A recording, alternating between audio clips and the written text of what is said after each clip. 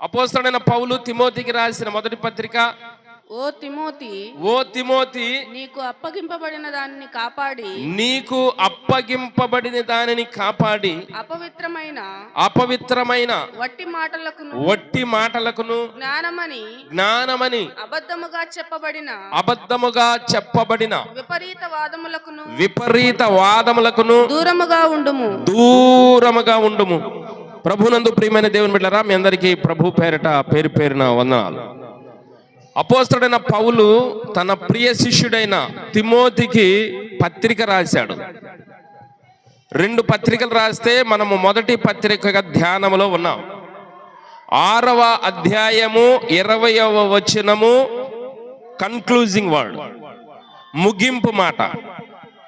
తిమోతితో పౌలు ఏమన్నాడంటే, ఓ తిమోతి, నీకు అప్పగింపబడిన దానిని కాపాడి, మొదటి పాయింట్. రెండవది అపవిత్రమైన వట్టి మాటలకు, మూడవది జ్ఞానమని అబద్ధముగా చెప్పబడిన విపరీత వాదములకు. ఇంకా అపోస్తలుడైన పౌలు తిమోతికి ఫినిషింగ్ టచ్ అంటారు దాన్ని. మొదటి పత్రిక ముగింపులో ఈ మాటలు చెప్తున్నాడు. ఓ తిమోతి, నీకు చెప్పాల్సిందంతా చెప్పానయ్యా, కానీ ఒక్క మాటలో చెప్పాలంటే నీకు అప్పగింపబడిన దానిని నీవు కాపాడాలి. అది కాపాడుతూ ఏం చేయాలా? అపవిత్రమైన ఒట్టి మాటలకు దూరంగా ఉండు. రెండవది జ్ఞానమని చెప్పుకొను విపరీత వాదములు. ఇప్పుడు వాదములు ఎవరు జ్ఞానవంతుడని తేల్తారు? తలదన్నేవుడు ఉంటే తాడిందన్నేవుడు ఉంటాడు, తాడిందన్నేవుడు ఉంటే తలదన్నేవుడు ఉంటాడు అన్న సామెత ప్రకారం ఎటు పడితే అటు తిప్పేస్తున్నారు ఇప్పుడు. కనుక ఆ వాదముల వల్ల ఉపయోగము లేదు. కాబట్టి తిమోతికి పౌలు చెప్పే జాగ్రత్తలు తిమోతికేనా ఇంకెవరికైనా చెప్తున్నాడా? మనకు కూడా చెప్తున్నాడు. ఆమేన్. మనకేం చెప్తున్నాడు చెప్పండి? నీకు అప్పగింపబడిన దానిని కాపాడాలి. తిమోతికి ఒక పని అప్పచెప్పాడండి. అలాగే పౌలుకి కూడా దేవుడు ఒక పని అప్పచెప్పాడు. పని ఎవరు అప్పచెప్పారు చెప్పండి? దేవుడు అప్పచెప్పాడు. తిమోతికి మాత్రమే కాదు, పౌలుకి దేవుడు పని అప్పచెప్పాడు. నాకు దేవుడు, నీకు దేవుడు, నీకేమి పని అప్పచెప్పాడో నువ్వు తెలుసుకోవాలి. సంఘముగా కూడిన నా ప్రియ సహోదరుని సహోదరుడా, మనందరికీ దేవుడు ఒక్కొక్కరికి ఒక్కొక్క పనిని అప్పచెప్పాడు. అది దేవుని పని, దేవుని ఇంటిలో పని. స్తోత్రం. సంఘము ఉన్నదంటే అది దేవుని ఇల్లు. హల్లెలూయా. ఆ ఇంటిలో ఉన్న మనందరికీ దేవుడు ఒక్కొక్కరికి ఒక్కొక్క పనిని అప్పచెప్పాడు. ఆ పనిని మనం ఏం చేయాలి చెప్పండి? కాపాడాలి. కాపాడాలంటే పవిత్రముగా కాపాడాలి. కాబట్టి ఒట్టి మాటలు, విపరీత వాదములు ఇలాంటి పక్కన పెట్టేయి.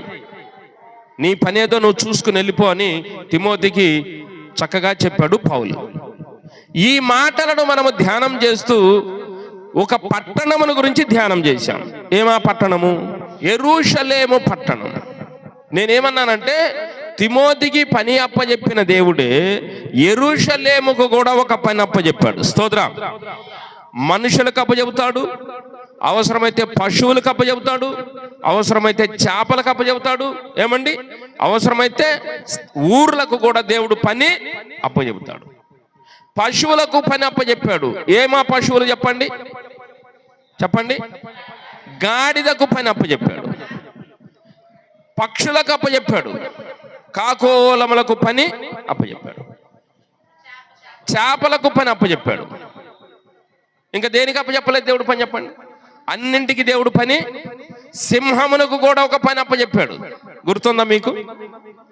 దేనికి?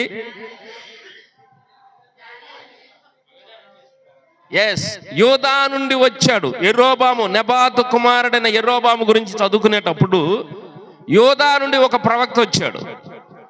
ఆ బలిపీఠమునకు ప్రవచనం చెప్పి వెళ్ళిపోమన్నాడు దేవుడు. గుర్తుందా? ఏమి తినొద్దు, ఏమి తాగొద్దు అని చెప్పాడు. కానీ అదే ఊర్లో ఉన్న ఒక ముసలి ప్రవక్త పిలిస్తే వెళ్ళాడు. వచ్చిరానికి దారిలో ఏం కనపడింది? సింహం. సింహంకి ఏం పని చెప్పాడు? నువ్వు జస్ట్ అటు నిలబడి చాలు, చంపొద్దు, తినొద్దు, ఏం చేయొద్దు. స్తోత్రం. అంటే దేవుడు తన పని జరిగించుకోవాలి అనుకున్నాడంటే భూమి మీద దేనికైనాను దేవుడు పని సూర్యునికి ఒక పని ఉంది, చంద్రునికి ఒక పని, నక్షత్రములకు ఒక పని, సమస్త జీవరాశులకు పని ఉంది. చప్పట్లు కొట్టి ప్రభువుని మహిమపరచండి. ఇదంతా జరుగుతుంది ఏంటనుకున్నారు? దీనిని అంతటిని జరిగిస్తుంది దేవుడే.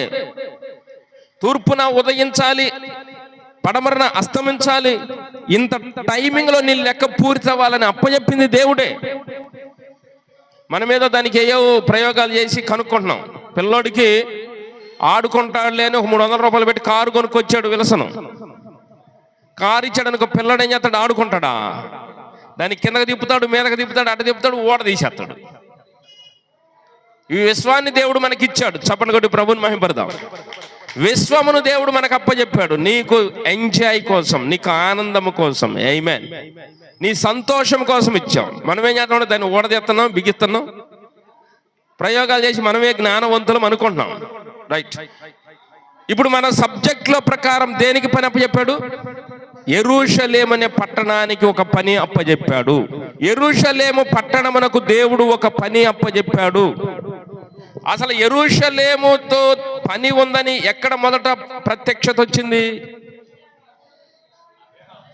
అబ్రాహాము కాలంలో యెరూషలేము పట్టణముతో దేవుడికి పని ఉందని మొదట ప్రత్యక్షత ఎవరికి వచ్చింది? అబ్రాహాముకి. ఆదికాండం 22వ అధ్యాయంలో నేను చూపించు మోరియా దేశమునకు వెళ్ళి ఆ దేశంలో ఒక పర్వతం మీద నీ కుమారుని నాకు దహన బలిగా అర్పించమన్నాడు. అక్కడ యెరూషలేమును గురించిన మొదటి ప్రత్యక్షత. స్తోత్రం. ఎప్పుడు ప్రారంభమైంది? అబ్రాహాము కాలంలో ప్రారంభమైంది. అక్కడ నుంచి ఇక యెరూషలేమును గురించి ఆగిపోయింది. ఎప్పుడైతే దేవుడు యెరూషలేమును గురించి ప్రవచించాడో యెబూసీలు అనే వాళ్ళు ఆ ప్రాంతంలోకి వచ్చేసారు. ఎవరు వాళ్ళు? యెబూసీలు. యెబూసీలు అనే వాళ్ళు వచ్చేసి ఆ పట్టణాన్ని ఆక్రమించుకున్నారు. అక్కడ నుండి యెబూసీల స్వాధీనంలో ఉంది. మళ్ళీ యెరూషలేము పట్టణం దేవుని కొరకు ఎవరు సంపాదించారు? దావీదు సంపాదించాడు. ఆ పని ఎవరికి అప్పచెప్పాడు? మనసు పెట్టి వింటే దేవుడు నీకు ఒక పని చెప్పాడు, ఆ పని నీకు గుర్తుకొచ్చింది. చాలా జాగ్రత్తగానండి. ఈ విశ్వములో అన్నింటితో దేవుడు పని చేయించుకుంటున్నాడు. హల్లెలూయా. నీ క్షేమము కోసం నీ చుట్టూ ఉన్న వాటన్నిటి చేత దేవుడు పని చేయించుకుంటున్నాడు. స్తోత్రం కలుగును గాక. యెరూషలేమును గురించి దేవుడు మాట్లాడుతున్నాడు. నీవు నా ప్రణాళికలో ఉన్నావు. మిత్రమా, ఇక్కడున్న నీతో చెప్తున్నాడు, నీవు నా ప్రణాళికలో ఉన్నావు. తిమింగళం ఉంది, సింహం ఉన్నది, గొర్రెలున్నాయి. అన్నీ ఉంటే నువ్వు లేకుండా ఉంటావా? సూర్యుడుండే, చంద్రుడుండే, నక్షత్రములుండే, సముద్రములుండే, చేపలుండే, పశువులుండే, పక్షులుండే, చెట్లుండే. ఇదంతా దేవుని ప్లాన్లో ఉన్నాయి. ఇవన్నీ ఉంటే అసలు నువ్వు లేకుండా ఎందుకు ఉంటావు? నువ్వు ఉంటావు ఖచ్చితంగా. కానీ ఆ పని ఏంటి? యెరూషలేము పట్టణముతో చెప్తున్నాడు, నీవు నాకు కావాలి. స్తోత్రం. నీవు నాకు కావాలి. ఇక్కడున్న మీ అందరితో చెప్తున్నాడు, నీవు నాకు కావాలి. కానీ ఎప్పుడైతే దేవుడు ప్రకటించాడో యెరూషలేము పట్టణం నాది అని, యెబూసీలు వచ్చేసి ఆ పట్టణం మీద ఆక్రమించారు. ఎప్పుడైతే దేవుడు నీతో ఈ మాట చెప్పాడో, నీవు నా బిడ్డవు, నువ్వు నాకు కావాలని ఎప్పుడైతే దేవుడు చెప్పాడో, అపవాది వచ్చి నీ మీద పనిచేస్తాడు. అపవాది వచ్చి నీ మీద అనేక రకాలుగా నీ మైండ్ సెట్ మార్చి దేవునికి వేరుగా నడుచుకునేటట్లు చేస్తుంది. కానీ కోరుకున్న దేవుడు నమ్మదగిన వాడు. స్తోత్రం. హల్లెలూయా. నిన్ను విడువను ఎడబాయనంతే. దర్శాలు ఒక్కసారి నీవు నా దృష్టిలో పడితే నిన్ను ఏ మాత్రమును విడవను, ఎడబాయను. ఎప్పటి వరకు అంటే ముదిమి వచ్చు వరకు నిన్ను చంకనెత్తుకుని వాడను నేనే. హల్లెలూయా, హల్లెలూయా. కాబట్టి అబ్రాహాము కాలంలో యెరూషలేము మీద దేవుని ప్లాన్ ఉందని బహిర్గతమైతే, దావీదు కాలంలో యెరూషలేం దేవునికి దొరికింది. ఎన్ని సంవత్సరాలు? అబ్రాహాము క్రీస్తు పూర్వం 2000 సంవత్సరాలు, దావీదు క్రీస్తు పూర్వం 1000 సంవత్సరాలు. అబ్రాహాము క్రీస్తు పూర్వము 2000 సంవత్సరాలు. క్రీస్తు పూర్వం 2000 అంటే ఇప్పుడు ఎన్ని సంవత్సరాలు? క్రీస్తు పూర్వం 2, క్రీస్తు శకము 2, 2 + 2 అంటే అబ్రాహాము మనకి ఎన్ని సంవత్సరాలు ముందోడు? 4000 సంవత్సరాలు ముందోడు. అంటే యెరూషలేమా నువ్వు నాకు కావాలని దేవుడు అనౌన్స్ చేసింది ఎప్పుడు? 4000 సంవత్సరాల క్రితం. స్తోత్రం కలుగునుగాక. హల్లెలూయా. 2000 సంవత్సరాల క్రితం దేవుడు చెబితే 1000 సంవత్సరాలు యెబూసీల స్వాధీనంలో ఉండిపోయింది. నిన్ను దేవుడు ఎంపిక చేసుకున్నాక నువ్వు ఎన్ని సంవత్సరాలు దేవునికి విరుద్ధంగా ఉన్నావో ఆలోచన చేయి. ఇన్ని సంవత్సరాలు దేవుడు నిన్ను మర్చిపోలా, నిన్ను చూస్తూనే ఉన్నాడు. నీ కష్టంలో చూస్తున్నాడు, నీ బాధలో చూస్తున్నాడు, నువ్వు చేసే తప్పుల్లో నిన్ను చూస్తున్నాడు, నువ్వు చేసే ప్రతి నడక ప్రతి విషయము దేవుడు చూస్తున్నాడు. బికాస్ ఆయన దృష్టి నీ మీద పడింది. ఆయన దృష్టి నీ మీద పడింది అంటే ప్రతి క్షణము నిన్ను చూస్తూనే ఉంటాడు. యెరూషలేమును చూస్తూనే ఉన్నాడు. యెరూషలేమును దేవుడు కోరుకున్నాడు పవిత్రంగా ఉండాలని. ఎప్పుడైతే దేవుడు కోరుకున్నాడో వేరే వాళ్ళు వచ్చి దాంట్లో ఆక్యుపై చేశారు, దానిని నాశనం చేసి పడేశారు. ఇక అది పనికి రాకుండా పోయింది. ఏ మనుషునైనా దేవుడు కోరుకున్నాడంటే ఆ మనుషుని అపవాది పట్టుకుని నాశనం చేసేస్తాడు. ఈడా ఈమె ఇద్దా అనే పరిస్థితికి తీసుకొచ్చేసేసి ఎన్ని అయిపోయినా దేవుడికి ఆలోచన ఉంది కనుక ఒక మంచి భక్తుణ్ణి కనుగొన్నాడు. ఆ భక్తుడు దావీదు భక్తుడు. ఆమేన్. నేను ఒక శూరుణ్ణి కనుగొన్నానన్నాడు దేవుడు. నేనొక శూరుణ్ణి, యుద్ధశూరుడు కాదు ఈయన. యుద్ధశూరుడు కాదు అంటే యుద్ధంలో శూరత్వాన్ని ప్రదర్శించేవాడు కాదు, యుద్ధంలో నైపుణ్యత కలిగినోడు కాదు. ఈయన ఎందులో శూరుడు అంటే దేవుని నడవడిక, దేవుని ఆలోచనలు ఎత్తే పసిగట్టి దేవుని చిత్తమును జరిగించేవాడు. స్తోత్రం. ఎందులో శూరుడు దావీదు? దేవుని చిత్తమును జరిగించడంలో శూరుడైన. దేవుడు ఏమి ఆలోచన చేస్తాడో దావీదు అదే ఆలోచన చేస్తాడు. అపోస్తల కార్యముల గ్రంథం 13వ అధ్యాయం 22వ వచనం. నేను యెషయి కుమారుడైన దావీదును కనుగొంటిని, అతడు నా ఇష్టానుసారుడైన మనుష్యుడు, అతడు నా ఉద్దేశములన్నీ నెరవేర్చునని చెప్పి అతన్ని గూర్చి సాక్ష్యం ఇచ్చెను. దేవుడు సాక్ష్యం చెప్తున్నాడు. అపోస్తల కార్యములు 13వ అధ్యాయము 22వ వచనములో దేవుడు దావీదును బట్టి సాక్ష్యం ఇస్తున్నాడు. నీ గురించి దేవుడు సాక్ష్యం ఇవ్వాలంటే, నీ గురించి దేవుడు సాక్ష్యం ఇవ్వాలంటే ఇస్తాడా దేవుడు? అసలు దేవుడు సాక్ష్యం ఇస్తాడా నీ గురించి? నీ గురించి దేవుడు సాక్ష్యం ఇస్తాడా లేదా చెప్పాలి. పక్కింటి ఆమెతో తగాదైతే సాక్ష్యం పెడతావా లేదా? ఎవరిని పెడతానా? పక్కింటి ఆమెతో తగాదానికి ఎవరిని పెడతానా సాక్ష్యం చెప్పు. దయా దమ్ముంటే దయా బైబిల్ మీద ప్రమాణం చెయ్యా. దమ్ముంటే చర్చికులకు రాయా. మనుషుల సాక్ష్యం సరిపోవాలా నీకు? నువ్వు అంత మంచిదానివని నీ క్లారిటీ, నీ మట్టుకు నీకున్న కాన్ఫిడెన్స్ లెవెల్ ఏంటంటే పిక్ స్టేజ్కి వెళ్ళి నా అంత మంచోడు లేడు, నా అంత పరిశుద్ధుడు లేడు అనుకునే స్వభావం. కనుక ఎవరిని ఇన్వాల్వ్ చేస్తున్నావు? దేవుడిని ఇన్వాల్వ్ చేస్తున్నావు. దేవుడు నిజంగా వచ్చి సాక్ష్యం చెప్తే కథం. రాయా దమ్ముంటే చర్చిలో ప్రమాణం చేద్దాం అనగానే దేవుడు కూడా రెడీగా ఉండి చూద్దాం అని నుంచుని సాక్ష్యం చెప్పాడే అనుకో. మోషే మీద అహరోను మిరియాము గొనిగితే ప్రత్యక్ష గుడారంలోనికి రమ్మన్నాడా లేదా? మిరియాము నోసట ఏం పుట్టింది? తెల్లని కుష్టు పుట్టింది. దేవుడు సాక్ష్యం ఇచ్చినట్టే కదా. అట్లాగే నీ పక్కింటోళ్ళతో తగాదాడేటప్పుడు ఎప్పుడు కూడా అనమాక దేవుడితో మా ప్రమాణం చేద్దామని. నిజంగా దేవుడు ఇన్వాల్వ్ అయితే మొదట పుట్టేది నీకే. ఏం పుట్టిదో చెప్పలేవండి. కుష్టు పుట్టొచ్చు, పుండు పుట్టొచ్చు. మీరు ఇన్వాల్వ్ చేసినా చేయకపోయినా ప్రేనేస్తమా నీ గురించి దేవుడు ఖచ్చితంగా సాక్ష్యం చెప్తాడు. ఆ సాక్ష్యము ఏమై ఉంటది? దేవుడిచ్చే సాక్ష్యాన్ని బట్టే నీ జీవితం ఉంటుంది ప్రియనేస్తమా. ఇవన్నీ ఒట్టి మాటలు కాదు, బుర్రకెక్కించుకోగత్తి. నువ్వు చేసే ప్రతి పని, నువ్వు నడిచే ప్రతి నడక, నువ్వు చేసే దేవుని మందిరంలో చేసే ప్రతి దాని గురించి దేవుడు సాక్ష్యం పలుకుతాడు. కాబట్టి ఈరోజు నువ్వు గుర్తుపెట్టుకో, నీ గురించి దేవుడు సాక్ష్యం పలికే టైం ఒకటి ఉంది. అది ఎక్కడంటే కోటాను కోట్ల దేవదూతల ముందు. అది ఎక్కడంటే పరిశుద్ధులందరి ముందు. అది ఎక్కడంటే క్రీస్తు న్యాయపీఠము. నిశ్చయముగా నువ్వు వస్తావు, నేను వస్తాను, అందరూ వస్తారు. దేవుని మాటలు ప్రకటించే వారిని చంపేవాళ్ళు కూడా అక్కడికి వస్తారు. యేసు ప్రభువుని సిలువ వేసి చంపిన వాళ్ళు కూడా అక్కడికి వస్తారు. క్రీస్తు న్యాయపీఠం, that is the judgment day. అది తీర్పు దినము. ఆ తీర్పు దినమున తప్పించుకునే ఛాన్సే లేదు. రికమెండేషన్ ఉండవు అక్కడ. ఎవ్వరు నీకు రికమెండేషన్ చేయరు.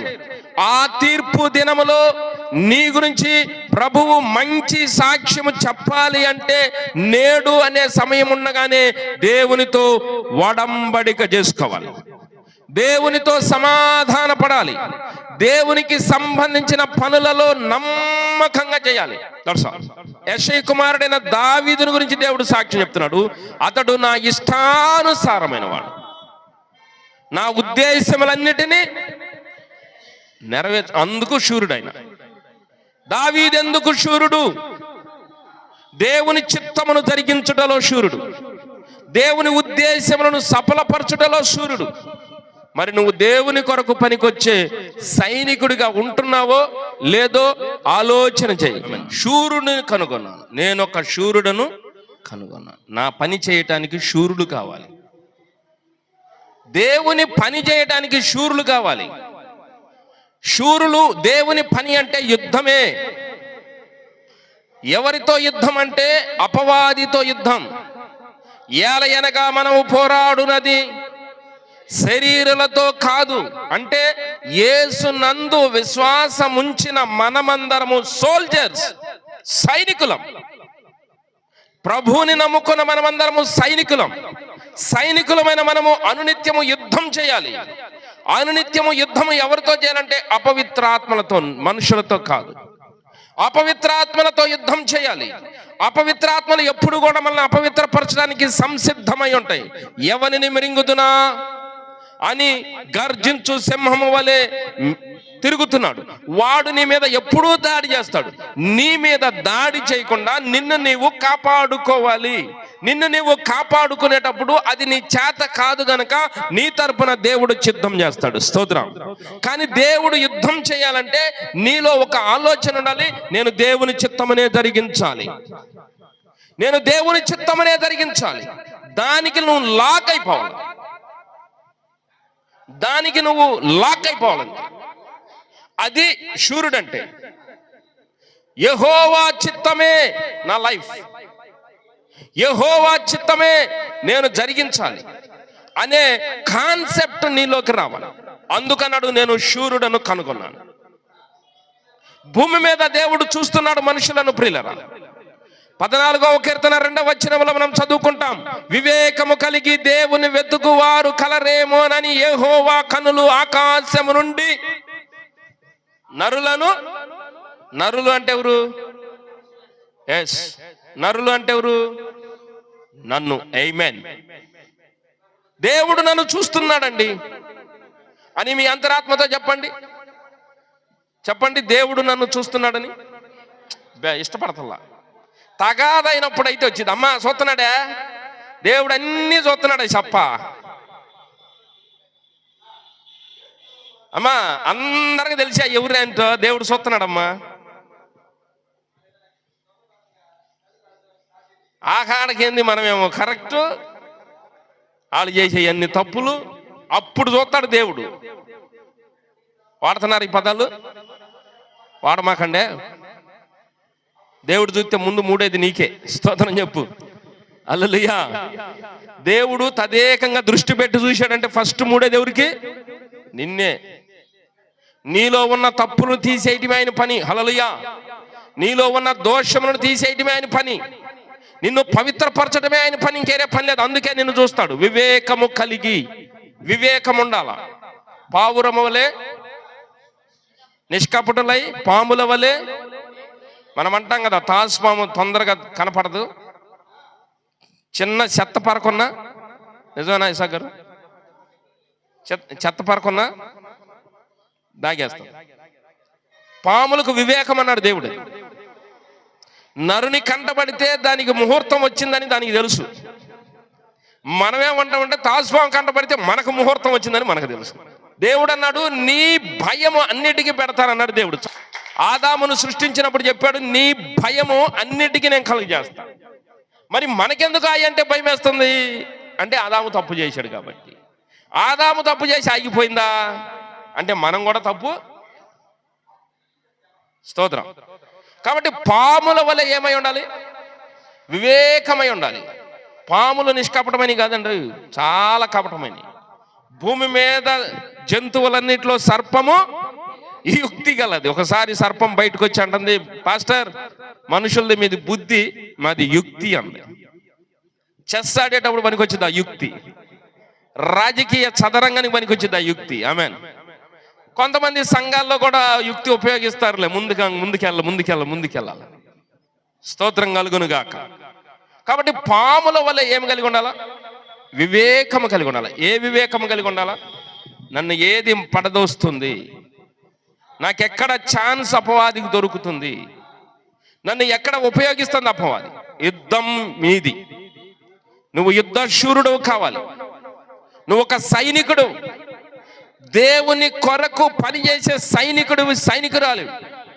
దేవుని కొరకు పని ఏంటంటే పరిశుద్ధంగా ఉండటమే. దావీదును బట్టి దేవుడు అన్నాడు, నా ఉద్దేశములన్నీ సఫలపరచువాడు. అలాంటి ఆయన కనపడ్డాడు దేవుడికి. వదిలిపెడతాడు దేవుడు? ఎప్పుడు దేవా దేవా దేవా దేవా ఇదే భజన. దావీదుని తీసుకొచ్చి ఒక పని అప్పచెప్పాడయ్యా, నువ్వు నన్ను స్తుతిస్తున్నావు, నేను చూశాను. నా కొరకు బ్రతుకుతానన్నావు, నేను చూశాను. నాకు ఇంకేమొద్దయ్యా, నువ్వే కావాలంటున్నావు, నేను చూశాను. రైట్, నేను నీ దగ్గరకు వస్తున్నా కుమారుడా, మన ఇద్దరం కలిసి పని చేద్దాంపా. స్తోత్రం. ఇదిగో నేను తలుపు నొద్ద నుంచుని తట్టుచున్నాను. ఎవడైనాను నా స్వరమును విని తలుపు తీసిన ఎడల నేను అతని యొద్దకు వచ్చి అతనితో నేనును, నాతో కూడా అతడును భోజనం చేద్దామంట. భోజనం అండు. ఏం భోజనం అది? ప్రభువతి ఇంకేం భోజనం? మంచి భోజనం, మామూలు భోజనం ఉంటుంది అండి. దేవుడు వచ్చంట ఆ వ్యక్తితో భోజనం చేస్తాడంట. విన్నారు ఎప్పుడైనా? దేవుడు వచ్చి నీతో భోజనం చేస్తాడు. దేవుడు వస్తే ఎంత పవిత్రంగా చేర్చుకోవాలి, దేవుడు వస్తే ఎంత పవిత్రంగా చూడాలి. దేవుడు ఎవరితో వస్తాడు? సేవకుడితో వస్తాడు. సేవకుడిని నువ్వు ఎంత పవిత్రంగా చూడాలి.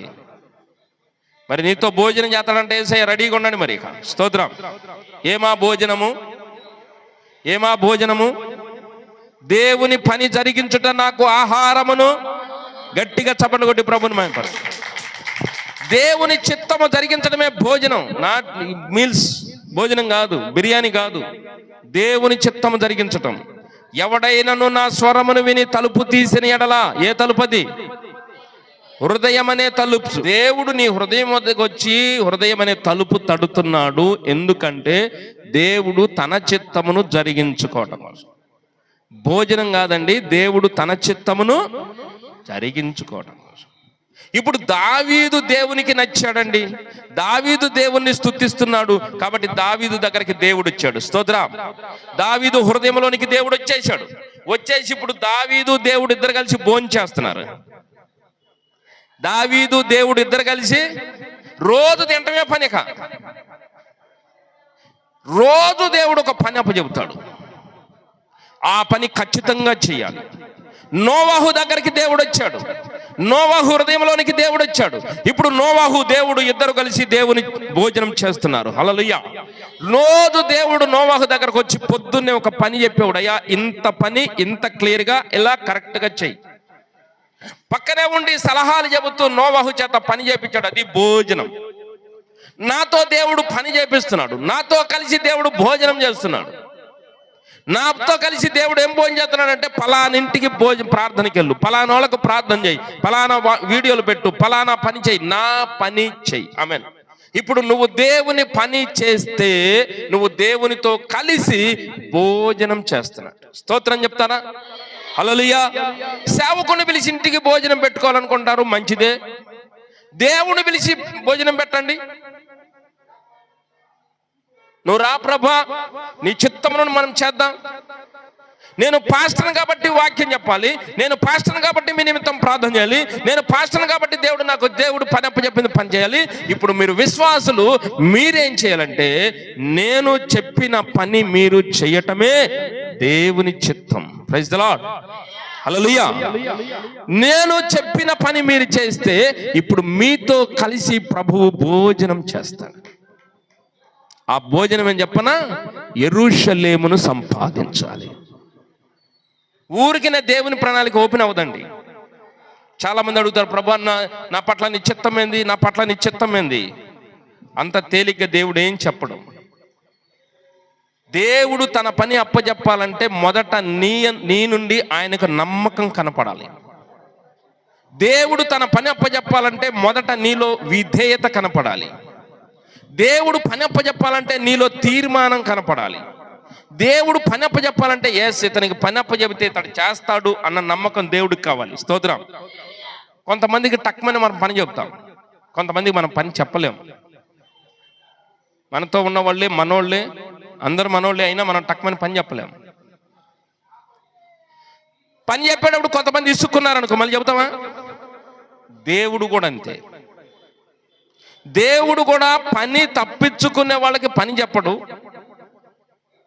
పని కేర్లెస్గా చేసేవాళ్ళకి పని అప్పచెప్పడు, పని ఎట్లా పడితే అట్లా చిక్కురు బొక్కురుగా చేసేవాడికి పని అప్పచెప్పడు.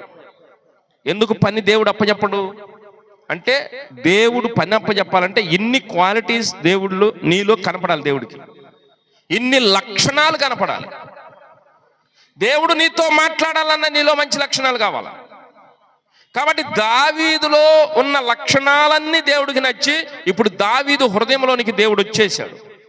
నీ హృదయంలోనికి దేవుడు రావాలి. వచ్చి వింటే ఉపయోగం లేదు ప్రియ దేవుని ఇస్తామా, వచ్చి కూర్చుని వెళ్తే ఉపయోగం లేదు. దేవుడు నీ హృదయంలోనికి రావాలి. నీ హృదయంలోనికి రావాలని నీ హృదయాన్ని తడతానే ఉన్నాడు. కానీ నువ్వు నీ హృదయాన్ని ఇంకా కఠినపరుచుకుంటున్నావు. ఇప్పుడు కాదులే అంటున్నావు. బాప్తిసం పొందడం ఇప్పుడు కాదులే అంటున్నావు. బలలో చేయి వేయటం ఇప్పుడు కాదులే అంటున్నావు. సేవకుడి దగ్గరికి వెళ్తే ఏదైనా పని చెబుతాడేమో అని భయపడి పక్కకి వెళ్ళిపోతున్నావు. అంటే దేవునికి అనుగుణమైన నడక నీలో ఉండటం లేదు. నేను ఒక మాట మీకు చెప్తా, మనము పవిత్రులం కావాలంటే ఏం కావాలి చెప్పండి? మొదట దేవుని యందు విశ్వాసము కావాలా వద్దా? అబ్రహాము దేవుని నమ్మెను, అది అతనికి దేవుడు నీతిగా. 2 మారు మనసు పొందాలా. 3 బాప్తిసమము పొందాలా. 4 ప్రభు బలలో చేయవేయాలా. ఇప్పుడు మనము పవిత్రులం అవుతాం. ఇప్పుడు మనము పవిత్రులం అవుతాం. ఇంకొక కోణం మీకు చెప్పాలి, మనము దేవుని చిత్తమును జరిగిస్తూ ఉంటే దేవుడు మనల్ని పవిత్రులుగా చేస్తాడు. స్తోత్రం. మనము దేవుని పని చేస్తూ ఉంటే కొన్నిసార్లు దేవుడు మనల్ని పవిత్రపరుస్తాడు. కాబట్టి దావీదు అన్ని విధాలా నచ్చాడు. కాబట్టి దావీదు హృదయంలోనికి దేవుడు వచ్చాడు. నీ హృదయంలోనికి దేవుడు రావాలి. వచ్చాడో లేదో ఆలోచన చేయి. ఊరికినే రావు స్వస్థతలు, ఊరికినే రావు అద్భుతాలు, ఊరికినే రావు విడుదల. ఏ పాస్టర్ గారు మీకు విడుదల ఇవ్వలేడు, ఏ పాస్టర్ గారు మీకు స్వస్థతనివ్వలేడు. ఆయన నిజమైన దేవుడు నీ హృదయంలోనికి పరిపూర్ణంగా వస్తేనే నీలో ఉన్న వ్యాధులు పోతాయి. స్తోత్రం. నీలో ఉన్న సమస్యలు పోతాయి. హల్లెలూయా. నీలో ఉన్న చీకటి పోతుంది. హల్లెలూయా. అలాగా దావీదు హృదయంలోనికి వచ్చి ఇప్పుడు దావీదుకు పని అప్పచెప్పాడు. దావీదు, మనిద్దరం కలిసి యెరూషలేమును సంపాదిద్దాంపా. యెరూషలేమును సంపాదించాలంటే ఏం చేయాలా? యెబూసీలు ఉన్నారు. యెబూసీల మీద యుద్ధం చేశాడు. యెరూషలేం పట్టణాన్ని దావీదు ఏం చేశాడు చెప్పండి? సంపాదించేశాడు. స్తోత్రం. ఆ తర్వాత దావీదు ఒక ఇల్లు కట్టుకున్నాడు. దేవుడు చెప్పాడు, నీకు ఇల్లు కాదయ్యా, ఇక్కడ నా మందిరము పడాలి. తర్వాత దావీదు కుమారుడైన సొలొమోను చేత దేవుడు ఆలయము గట్టిగా చప్పట్లు కూడా మేపరచు. ఇప్పుడు చెప్పండి, దావీదు యెరూషలేమును కోరుకున్నాడు ఎందుకు? నన్ను దేవుడు కోరుకున్నాడు ఎందుకు? నిన్ను దేవుడు కోరుకున్నాడు ఎందుకు? క్లారిటీ ఉండాలా వద్దా? కాంగో డ్రమ్ ఉంది ఎందుకు? స్టాండ్ ఉంది ఎందుకు? మౌత్ ఉంది ఎందుకు? మౌత్ దగ్గర అంటే సరిపోద్దా? Praise the Lord. నాదం పలకాలనే డ్రమ్ము, షూట్ చేయటానికి స్టాండు, మాట్లాడటానికి మౌతు. దేని పనికి దానికి. ఇప్పుడు యెరూషలేమును ఎందుకు కోరుకున్నాడు? యెరూషలేమును దేవుడు కోరుకుంది 2 పనులు చేయాల. ఒకటి, ఆయన రాజధాని, ద కింగ్డమ్ ఆఫ్ గాడ్, రాజధాని. ఆయన రాజధాని ఒకటి ఏడుంది? పరలోకములో ఉంది. ఆయన రాజధాని ఎక్కడుంది? పరలోకం ఉంది. అందుకే పరలోకముందు మా తండ్రి నీ నామము పరిశుద్ధపరచబడుగాక, నీ రాజ్యము నీ చిత్తము ఎక్కడ నెరవేరుతుంది? కాబట్టి పరలోకములో ఉంది ఆయన రాజధాని. పరలోకములో ఆయన రాజధాని ఉత్తర సభా పర్వతం. స్తోత్రం. పరలోకములో ఆయన రాజధాని అని చెప్పండి, ఉత్తర సభా పర్వతం. అక్కడ నుండి ఆయన ఆజ్ఞ జారీ చేస్తే అన్ని కంట్రోల్లోకి వచ్చేస్తాయి. పరలోకములో నీ చిత్తము నెరవేరినట్లు భూమి మీద కూడా నీ చిత్తము ఎక్కడ నుండి ప్రారంభమవుతుంది అంటే, అయ్యా ఇక్కడ ఒకటి పెట్టుకోవాలా, నాకు ఇక్కడ ఒక రాజధాని కావాలా. ఆ రాజధాని ఏంటంటే భూమి మీద. పరలోకములో ఉన్న దేవుడు తన చిత్తమును నెరవేరుస్తూ పరలోకములో ఒక రాజధాని ఉంది, అది ఉత్తర సభా పర్వతము. అక్కడ నుండి సమస్త లోకాలను ఆయన పరిపాలిస్తున్నాడు. పరలోకములో అయితే పర్ఫెక్ట్ గా ఆయన చిత్తం జరుగుతుంది. స్తోత్రం. భూమి మీద ఆయన చిత్తం బ్రేక్ అవుతుంది. భూమి మీద దేవుని చిత్తం ఏమవుతుంది చెప్పండి? జరగట్లా. ఎవరి దగ్గర జరగట్లేదు? ఆయన రూపములో చేసుకున్న మన దగ్గర ఆయన చిత్తము. మరి ఈ మనుషులలో దేవుని చిత్తం కావాలి దేవుడికి. దేవుడు అన్నాడు, సృష్టి చేసినప్పుడు ఆదాముతో చెప్పాడయ్యా, పచ్చని ఆకు కూర మొక్కలున్నాయి, వృక్షాలున్నాయి, వీటన్నిటిని నీ కోసం చేశారా నాయన, ఇవన్నీ నీకు ఆహారం అవునుగా కాని బలికాడు. మళ్ళీ దేవుడు ఆదాముతో అన్నాడు, సూర్య చంద్ర నక్షత్రములను అక్కడ పెట్టానయ్యా, అవి నీ కోసం చేశారా, అవి నీకు దేనికి ఉపయోగపడాలా? కాలములను, సంవత్సరములను, దినములను, సూచనలను నీకు చెప్పేది అవి. నువ్వు సంవత్సరాలు లెక్కాలంటే వాటిని చూసి లెక్కయి, నువ్వు రోజులు లెక్కాలంటే దాన్ని చూసి లెక్కయి, కాలములు లెక్కాలంటే దాన్ని చూసి లెక్కయి. అది నీకు చెప్పిద్ది అన్నాడు. ఆమెన్. ఏమర్థమవుతుంది మీకు? సమస్తమును మీకోసమే చేశా, ఇవన్నీ నీకోసమే చేశా, అవన్నీ కరెక్ట్గా చేస్తాను నీ కొరకు. పద్దాకన అనేది అంటారేంటిరా అని మొక్కే మొక్కని తిరగబడింది నీ మీద. ముదిరిపోతే పనిచేయదులే కానీ స్తోత్రం కలుగును గాక. ఇప్పుడు దేవుడికి సమస్య ఎవరితో వచ్చింది చెప్పండి? మనుషులతో వచ్చింది. కాబట్టి ఈ మనుషులలో దేవుని చిత్తము జరగాలి, అది దేవుని కాన్సెప్ట్. ఈ మనుషులలో దేవుని చిత్తం జరగాలంటే భూమి మీద ఒక రాజధాని కావాలి. అర్థమవుతుందమ్మా? స్తోత్రం చెప్పండి. భూమి మీద ఏం కావాలి? ఆ రాజధానే యెరూషలేం పట్టణం. అందరితో ఆగకుండా నీ దేహములో దేవుని చిత్తము జరగాలి. నీ దేహం అంతటిలో ఏం జరగాలి? దేవుని చిత్తం దేవుని చిత్తం జరగాలంటే నీలో కూడా ఒక రాజధాని పెట్టాడు దేవుడు. ఏమా రాజధాని? హృదయం. అందుకే నీ హృదయం అనే తలుపు నొద్ద నుంచి తడుతుంది. ఎందుకంటే ఆ కార్యాలయము దేవుని హ్యాండ్ ఓవర్ అవ్వాలి.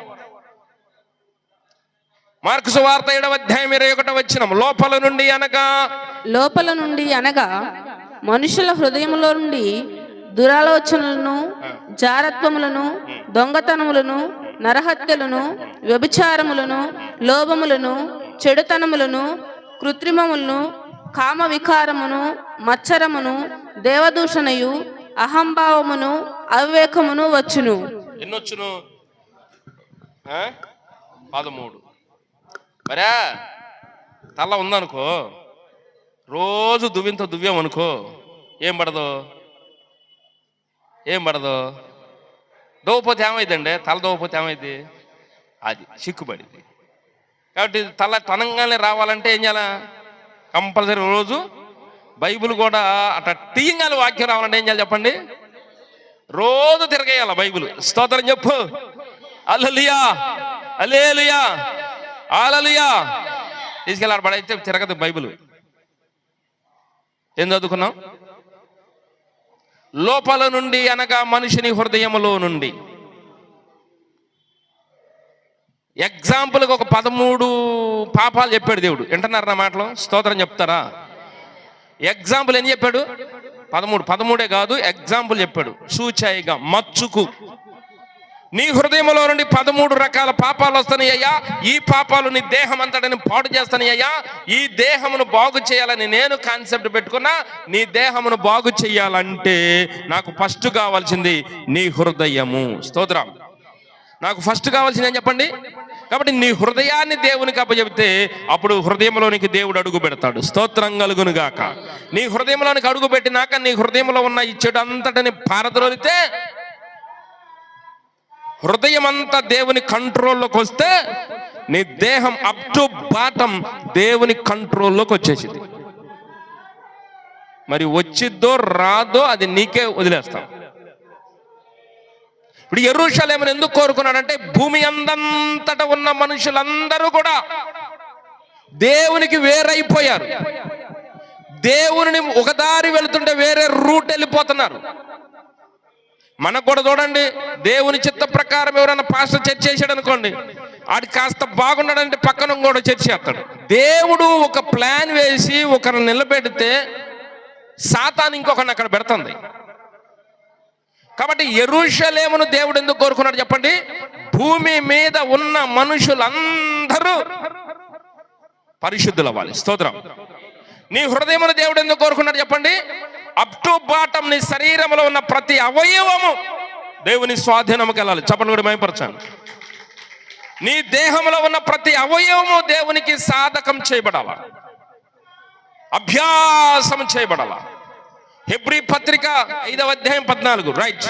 వయసు వచ్చిన వారు అభ్యాసము చేత మేలు కీడులను వివేచించుటకు సాధకము చేయబడిన జ్ఞానేంద్రియములు కలిగి ఉన్నారు కనుక బలమైన ఆహారము వారికే తగును. వయస్సు వచ్చిన వారు ఎంతకాలం సంకలేసి తిరుగుతారు పిల్లల్ని? తల్లి పిల్లల్ని పద్దాక సంకలేసుకుని తిరిగిద్దా? గాడి దెల్లు పెరిగావు ఇంకా సంఖ ఎక్కుతావేరా దగ్గరా అని బాధిద్దా లేదా? మరి దేవుడు ఎన్ని సంవత్సరాలు మోయాలి నిన్ను? దేవుడు ఎంతకాలం నేను సంకనెత్తుకోవాలి? అయ్యా నా మీద జాలి చూపించయ్యా, నన్ను కనికరించయ్యా, నన్ను ప్రేమించయ్యా, నన్ను దీవించయ్యా. పద్దాకి ఇదే ఏడుపా? నడక నేర్చుకో, పరిగెత్తు, దేవుని కొరకు పరుగుల్ది. నీ హృదయమును దేవునికిచ్చే. నీ హృదయములో దేవుడు వచ్చినాక అది శుద్ధి చేయటం ప్రారంభించి అప్ టు బాటం నీ దేహం అంతా పవిత్రమైపోవాలి. అందుకు దేవుడు యెరూషలేమును కోరుకున్నాడు. యెరూషలేమును కోరుకున్నాడు. మనిషిలో ఏం కోరుకున్నాడు? హృదయాన్ని కోరుకున్నాడు. రైట్, కోరుకున్నాడు. దావీదు సంపాదించాడు. సొలొమోను చేత దేవుడు ఆలయం కట్టించాడు. సొలొమోను చేత దేవుడు ఆలయము. అమ్మయ్య, చాలా సంతోషం వేసింది. మాకిన్నాళ్ళు మా ఊర్లో మందిరం లేదు. మగోళ్ళు వచ్చారు, పెద్దోళ్ళు వచ్చారు, సాహసం చేశారు, మొత్తానికి మందిరం కట్టారు. పండగ చేసుకుంటే ప్రతిష్ట చేతిమి. తీరా చూస్తే ఆడ పోటీ పడే, చీరల కోసం పోటీ పడే, కుర్చీల కోసం పోటీ పడే, మైకుల కోసం పోటీ పడే, వాక్యం చదవడం కోసం పోటీ పడే. యెరూషలేములో దేవుడు అంత ప్లాన్ చేసి 1000 సంవత్సరాలు ఓపిక పట్టి దావీదు చేత యుద్ధాలు చేపించి తీరా యెరూషలేమును సంపాదించి సొలొమోను చేత మందిరం కట్టిస్తే దేవాలయంలో పోటీ వచ్చేసింది ఒకరికొకరికి. దేవుని చిత్తమును జరిగించడం పక్కన పెట్టేశారు. ఇమ్మయ్యా ఈడు పోయాడులే, కొత్త ప్రభుత్వం వచ్చింది, ఈడు బాగా చేస్తాడులే, కొత్త పాస్టర్ వచ్చాడు బాగా చేస్తాడు అనుకుంటా ఈడు దద్దం ఆడు తాత ఆడు. ఒకటి తర్వాత ఒకడైతే డైరెక్ట్గా అసలు దేవాలయం తలుపులే మూసేసి. ఎవరైనా ఒక ఆయన వచ్చి దేవాలయం యొక్క తలుపులు మూసేశాడు. ఎవరైనా? అహాజు రాజు, హిజ్కియా యొక్క తండ్రి అహాజు రాజు ఏం చేశాడు? యెరూషలేములో ఉన్న బంగారం ఎత్తడి మొత్తం తీసి, దేవాలయంలో ఉన్న బంగారం ఎత్తడి అంతా తీసి అష్షూరు రాజుకి ఇచ్చి దేవాలయం తలుపులు క్లోజ్ చేసి పడేశాడు. దేవుడు కోపం రాకుండా ఉంటుందా? చెప్పరేంది నాకు? దేవుడు కట్టించింది ఎందుకంటే దేవాలయంలో పవిత్రమైన ఆరాధన జరగాలి. స్తోత్రం. దేవాలయం ఉన్నందుకు దేవుని చిత్తం జరగాలి. కానీ యెరూషలేములో దేవుని చిత్తము ఎంత బాధేస్తుందో చూడండి, ఎంత కష్టపడుతున్నాడో చూడండి. దేవుడు ఎన్ని సంవత్సరాలు ఎదురు చూస్తున్నాడో చూడండి. ఎన్నిసార్లు పొరపాట్లు జరిగినా నా బిడ్డలే, నా కుమారుడేలే, నా కుమార్తెలే అని ఆయన సమర్థించుకుని మళ్ళీ ఆయన నీ దగ్గరకు వచ్చి మళ్ళీ బాగు చేసి, ఏమండి క్రీస్తుపురం 950లో దేవుని మందిరం కడితే 586 వచ్చేదాకా ఎవడు మారు మనసు పొందల. ఎన్ని సంవత్సరాలు చెప్పండి? 950లో దేవుడు ఆలయం కట్టించాడు సొలొమోను చేత. 586లో దేవాలయం కూల్చేశాడు. 950వ సంవత్సరంలో దేవుడు ఆలయం కట్టించాడు. 586లో దేవాలయము కూల్చేశాడు. ఎన్ని సంవత్సరాలు? 350 సంవత్సరాలు ఓపిక పట్టాడు దేవుడు. యెరూషలేమును కట్టడానికి ఎన్ని సంవత్సరాలు ఓపిక పట్టాడు? అబ్రాహాము కాలంలో యెరూషలేము నాది అన్నాడు దేవుడు. దావీదు కాలంలో యెరూషలేము సొంతం చేసుకున్నాడు. అంటే 1000 సంవత్సరాల గ్యాప్. అబ్రాహాము క్రీస్తుపురం 2000, దావీదు క్రీస్తుపురం 1000 సంవత్సరాలు. 1000 సంవత్సరాలు పట్టింది దేవుని స్వాధీనంలోకి వెళ్తానికి యెరూషలేం. మరి నువ్వు వచ్చావో లేదో నాకు తెలియదు దేవుని దగ్గరికి. ఎంత ఓర్పు, ఎంత దీర్ఘశాంతం దేవుడిది, ఎంత తదేక దృష్టి. నువ్వు తప్పు చేస్తున్నా ఇంకా పర్లేదు నా బిడ్డే, పర్లేదు నా కుమార్తె, పర్లేదు నా కుమారుడే అని ఆయన సమర్థించుకుంటూ 1000 సంవత్సరాలు తిరిగాడండి యెరూషలేం చుట్టూ. ఎట్టకేలకు దావీదు వల్ల యెరూషలేమును సంపాదించాడు. ఆయన కొడుకు చేత దేవాలయం కట్టించి ఎడమ లేదండి, కొడుకే తప్పు చేశాడు. అక్కడి నుంచి స్టార్ట్ అయ్యి వరుసగా ఒక్కొక్కడు తప్పు చేసుకుంటూ వచ్చి ఆహాజు అసలు దేవాలయం తలుపులే మూసేశాడు. రఫ్గా 350 సంవత్సరాలు చెడిపోయింది. మళ్ళీ అసలు దేవుడు పవిత్ర పరిచి దేవాలయం అని అనుకుంటే ఆ దేవాలయమును కంపు పట్టించారు జనం. యెరూషలేం చర్చి ముందే కూర్చుని బూతులు తిట్టుకుంటున్నా. ఎక్కడ తీరకుండా చూడండి సమాజంలో. నేను చెప్తున్నా, కట్టగా చర్చి దగ్గర అరుగు ఉంటుంది, అరుగు మీద కూర్చుంటారు. నానా చెత్త ప్రవర్తన అంతా ఆడే ఉంటుంది. కావాలంటే చూడండి, కనీసం చర్చి ఎదురని ఉంటుంది రచ్చబండ. ఒరే ఇది పవిత్రమైన ప్లేస్ రా, ఈ పవిత్రమైన ప్లేస్లో ఏందిరా మనం మాట్లాడుకునేదని ఆ ఆవరణము దాటి బయటికి వెళ్ళరు ప్రజలు. ఏ ఊర్లోనైనా ఉంటాడా దేవుడా? నువ్వు అనుకోవటమే దేవుడు ఉంటాడని, నువ్వు అనుకోవటమే దేవుడు ఉంటాడని. 350 సంవత్సరాలు గిర్రని తిరిగి వచ్చేటప్పటికి ఇజ్రాయేలీలు యెరూషలేము దేవాలయమును పాడు చేసి పడేశారు. దేవునికి కోపం రాలా? వచ్చేం చేశాడంటే యెరూషలేము దేవాలయాన్ని వేరేవాడికి అప్పచెప్పాడు. ఆ దేవుడు ఎవరైనా బబులోను రాజు అయిన నెబుకద్నెజరు. యెరూషలేము దేవాలయం కట్టినాక సుమారు 350 పైచిలికే 350 సంవత్సరాల దాకా ఏమైపోయింది యెరూషలేములో ప్రజలు? వాళ్ళు చెడిపోయింది కాక దేవాలయమును కూడా పాడు చేసేసారు. నేను మీకు ఉపయోగకరంగా ఉంటుందని దేవుని మందిరం నేను ఇస్తే మీరు దాన్ని పాడు చేస్తే ఇంకా ఆడెందుకు ఉంటుంది? అది ఆడెందుకు ఉంచుతాను నేను? అందుకు ఇర్మియా భక్తుని ద్వారా చెప్పాడు, ఈ పట్టణము 70 సంవత్సరాలు నిర్జనముగా ఉంటుంది. ఆమేన్. ఏముంటది? ప్లస్ జనం ఉండరు. షిలోహు ప్రార్థనా మందిరం పోయా, యెరూషలేము ప్రార్థనా మందిరం పోయా, ఇంకేం కాపాడుకున్నారు భక్తులు? నీ ఆత్మీయ జీవితంలో ఎన్నో విలువైన సందేశాలు చెబుతుంటే వాటి మీద దృష్టి లేక అన్ని రకాలైనటువంటి ఆలోచనలు పోతుంటే దేవుడు ఎందుకు ఉంటాడు? దేవుడు ఎందుకు పని చేస్తాడు నీ దగ్గర? నీ మీద ఎంత దృష్టి పెట్టాడో ఒక్కసారి యెరూషలేమును ఆలోచన చేస్తే నీకు అర్థమైంది. నీ మీద అంత దృష్టి ఉంది దేవుడికి. నీ పట్ల దేవుడు అంత దీర్ఘశాంతం వహించి నీ కొరకు సంవత్సరాల తరబడి నీ చుట్టూ తిరుగుతున్నాడు. దేవుడు నిన్ను ఇంకా పవిత్రపరచుకోవాలి, నిన్ను పరిశుద్ధపరచుకోవాలి. ఆయనకి ఇష్టమైన బిడ్డగా నీకు రూపం రావాలి. వచ్చిద్దని దేవుడు ఆలోచన చేస్తే ఆ రూపం కాస్త పోయా. యెరూషలేము ప్రజలకు దేవుడు అంటే ఏంటో తెలియట్లేదు, దేవుడు భయం అంటే ఏంటో తెలియదు, దేవుని మర్యాద ఏంటో తెలియదు. కాబట్టి వీళ్ళ మధ్య ఒక దేవాలయం కడదాం, ఈ దేవాలయం ద్వారా వీళ్ళు పద్ధతులు నేర్చుకుంటారని దేవుడు ఆశపడ్డాడు. కానీ ప్రజలు పక్కన పెట్టేశారు. పందుల ముందు ముత్యములు చల్లొద్దు అన్నాడు. ముత్యములు, డైమండ్స్, ముత్యములు చల్లొద్దు. దేని ముందు? పందుల ముందు. చల్లితే ఏమైపోద్ది? వాటికి విలువ తెలియదు.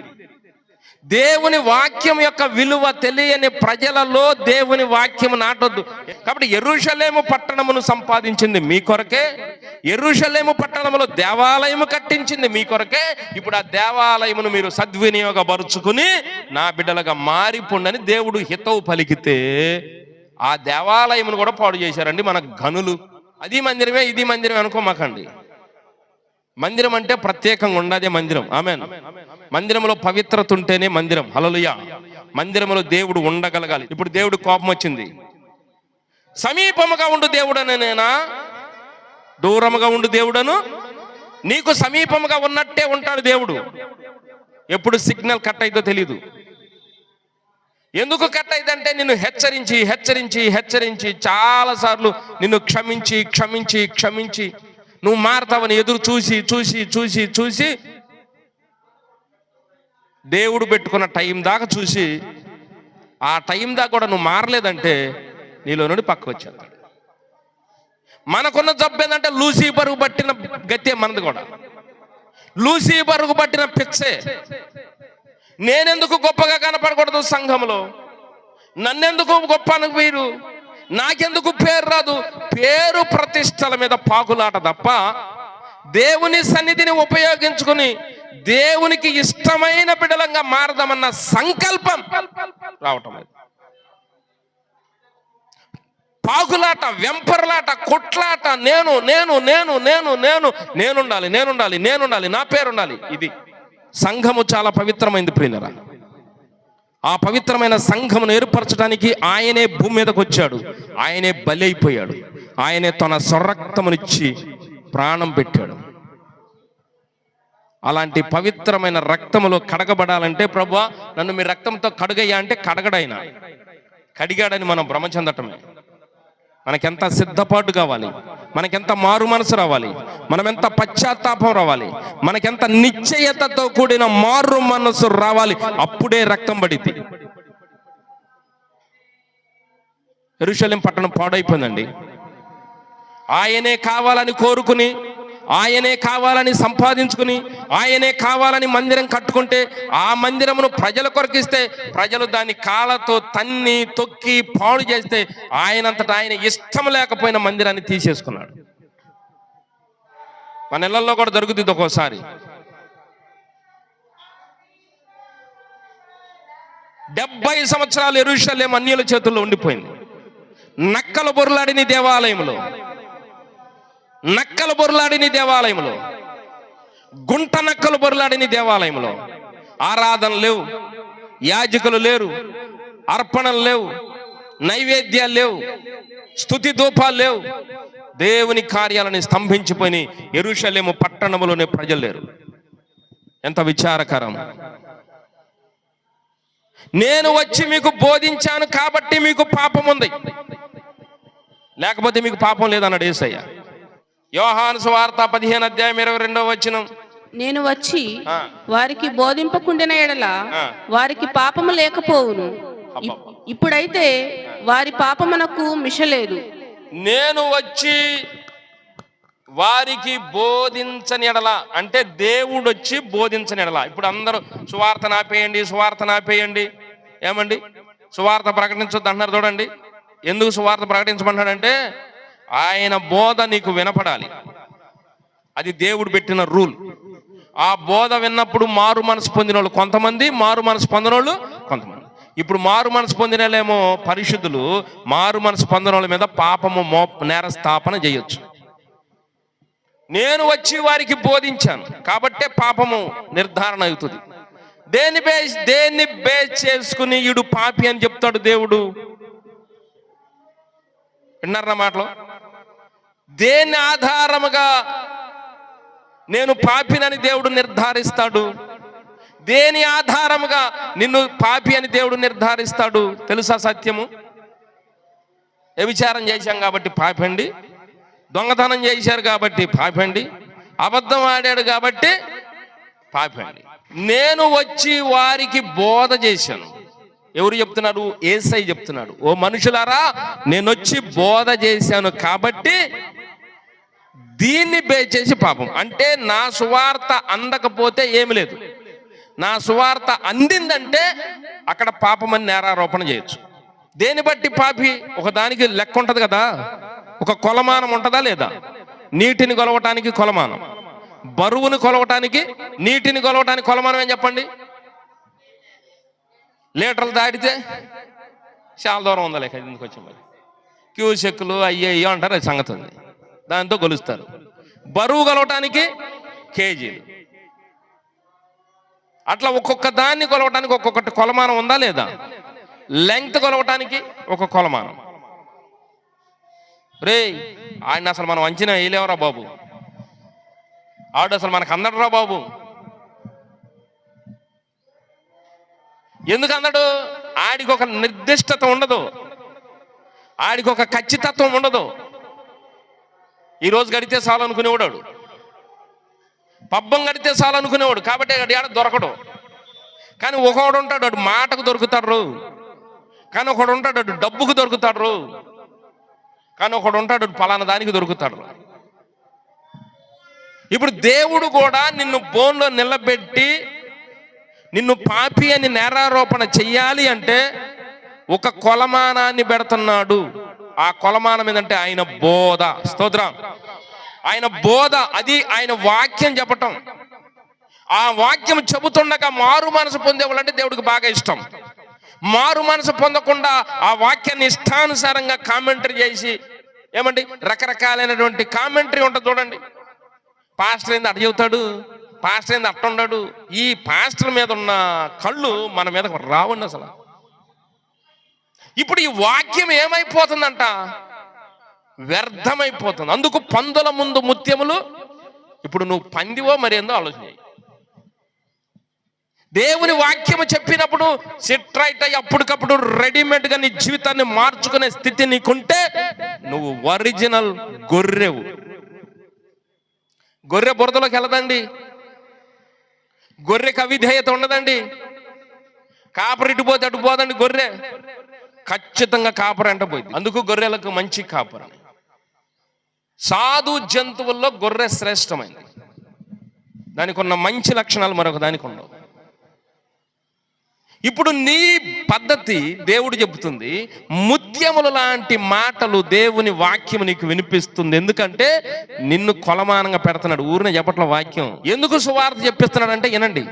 ఈ రోజున మందిరంలో కూర్చోబెట్టి ఇన్ని గంటలు వాక్యం ఎందుకు చెప్పించాడంటే నీ మీద నేరస్థాపన చేయటానికి. నీ మీద నేరస్థాపన చేయటానికి. నీకు ఇంత సమయం వాక్యం ఎందుకు చెప్పానంటే పలానా రోజు పాస్టర్ గారి చేత పలానా వాక్యం చెప్పించా, ఈ వాక్యానుసారంగా నీ నడత మారితేనేమో రైట్, నెంబర్ 1. మారకపోతే మాత్రము ఖచ్చితంగా బోన్లో నిలబెడతా. కాబట్టి దేన్ని బేస్ చేసి దేవుడు తీర్పు చెప్తాడు చెప్పండి? వాక్యము. అది బోధ. నేను వచ్చి వారికి బోధ చేశాను కాబట్టి పాపము వారి మీద మోపటానికి వీలు. దేవుడు మనం దీవించును గాక. కాబట్టి యెరూషలేము పట్టణము పాడైపోయింది, నాశనం చేసింది. నీ జీవితాన్ని పాడు చేయాలని దేవుడు చూసే లెక్కలో ఉండవు. నీ జీవితాన్ని కట్టాలని దేవుడు ఆశపడాలో నువ్వు ఆలోచించాయి. ఎన్ని సంవత్సరాలు ఉంది యెరూషలేము పట్టణం? 70 సంవత్సరాలు. ఎన్ని సంవత్సరాలు ఉంది? 70 సంవత్సరాలు. ఎట్టుంది? నిర్జనము. అందులో జనము లేరు. ఏమైపోయింది? పాడైపోయింది. ఏమైపోయింది? దానిలో నక్కలు ఉన్నాయి. మనము సరిగా సద్వినియోగపరచుకోకపోతే దానిని ఏదో ఒకటి ఆక్యుపై చేసింది. మన ఆత్మీయ జీవితాన్ని మనం సరిగా సద్వినియోగపరచకపోతే ఆ ఆత్మీయ జీవితాన్ని అపవాది ఆక్యుపై చేసింది. దేవుడు మనం దీవించును గాక. దేవుడి దగ్గర లెక్క ఉంటుంది. దేవుడు ఏం చేసినా ఒక లెక్క ఉంటుంది, ఒక టైం ఉంటుంది. ఆ టైం మనకి తెలియట్లేదు. కనుకనే దేవుని విషయంలో మనం అలక్ష్యంగా ఉంటాం. నేను మీకు మళ్ళీ చెప్తున్నా, పరిచర్య విషయమైనా, దేవుని దగ్గర ఉండే విధేయతైనా, యథార్థతైనా సమస్తమును దేవుడు లెక్క కడతాడు. నీ ముందుకు దేవుడు తీసుకొచ్చిన ప్రతి భాగమునకు లెక్క ఉంటుంది. నువ్వు దేవుని మందిరంలోకి వచ్చావంటే నీకు ఒక లెక్క కట్టబడింది. ఆ టైం దాకా నేను నిన్ను చూస్తా. ఇవి నేను మీకు చెప్పాలి కాబట్టి చెబుతున్నా. అన్నీ ఇంపార్టెంటే. బైబిల్ ఖచ్చితంగా చదవాలి, ప్రార్థన ఖచ్చితంగా చేసుకోవాలి, పవిత్రమైన నడక ఉండాలి, దేవుని మందిరంలో పరిచర్య చేయాలి, దేవుని మందిరంలో కానుకలు అర్పించాలి, దేవుని మందిరమునకు సంబంధించిన ప్రతి పనిలో నీ యొక్క భాగస్వామ్యం ఉండాలి. ఇందుకు నీకు టైం ఇచ్చాడు. ఇందుకు దేవుడు నిన్ను మందిరంలోకి తీసుకొచ్చాడు. ఇది ఎప్పటి వరకు అంటే నేను మీకు చెప్తా, ఒక మనిషి దేవుని మందిరంలోకి వచ్చినాక రఫ్గా దేవుని లెక్క ప్రకారం 10 సంవత్సరాలు చూస్తానని అనుకున్నాడు అనుకోండి. ఈ 10 సంవత్సరాలలో నీకు ప్రతిదానికి కాలం ఉంటుంది. పరిచర్యకు ఒక కాలం ఉంటుంది, టైం ప్రకారం వస్తున్నావో లేదో ఒక కాలం ఉంటుంది, సేవకుని చూసే విధానం కాలం ఉంటుంది, బైబిల్ చదివే దానికి ఉంటుంది, ప్రార్థన చేసుకునే దానికి ఉంటుంది, ఇవన్నీ ఉంటాయి. వీటన్నిటికీ దేవుడు 10 సంవత్సరాలు ఏం పెట్టాలా? టిక్ పెట్టాలా. అన్నిటికీ టిక్ పడితే నిన్ను నెక్స్ట్ లెవెల్కి ప్రమోట్ చేస్తాడు. ఆ టిక్లో ఏదైనా ఒకటి 4-5 అట్లా రాంగ్ పడ్డాయి అనుకో, నిన్ను పూర్తి కిందకి నెట్టేసేస్తాడు. చెప్పలేము, నువ్వు ఒక మందిరం నుంచి బయటకు వెళ్ళిపోవచ్చు, మళ్ళీ లోకం పట్టుకొని తిరగవచ్చు. అందుకన్నాడు అతని స్థితి మొదటి స్థితి కంటే కడపటి స్థితి బహుఘోరమైంది. ప్రభువులోనికి రాకముందు నువ్వు చేసిన పాపాలు కొన్నే, ప్రభువులోకి వచ్చి వెనక్కి వెళ్ళిపోయావంటే ఆ పాపాలకు లెక్క ఉండదు అసలు. కాబట్టి ప్రతిదానికి టైం. అందుకు నేను మీకు చెప్పా, ఇయర్స్ ఎందుకు చెప్తానంటే నాకేదో తెలుసు అని చెప్పట్లా. ప్రతిదీ కాలం దేవుడు క్యాలిక్యులేట్ చేస్తాడు. 2000 సంవత్సరాల క్రితం యెరూషలేం కోరుకుంటే 1000 సంవత్సరాలకి దాన్ని బాగు చేసుకున్నాడు. బాగు చేసి ప్రజలకు ఇచ్చాడు, బాగా చూసుకోండి అయ్యా అని. ఆ ప్రజలు దాని విలువ తెలియక బురద కాళ్ళతో తొక్కి దాన్ని పాడు చేస్తే హెచ్చరించి హెచ్చరించి హెచ్చరించి చేసేది లేక దాన్ని అన్యులకు అప్పచెప్పాడు. మళ్ళీ తిరిగి రావటం అంటే కష్టమా? తేలిక? అది చాలా కష్టం.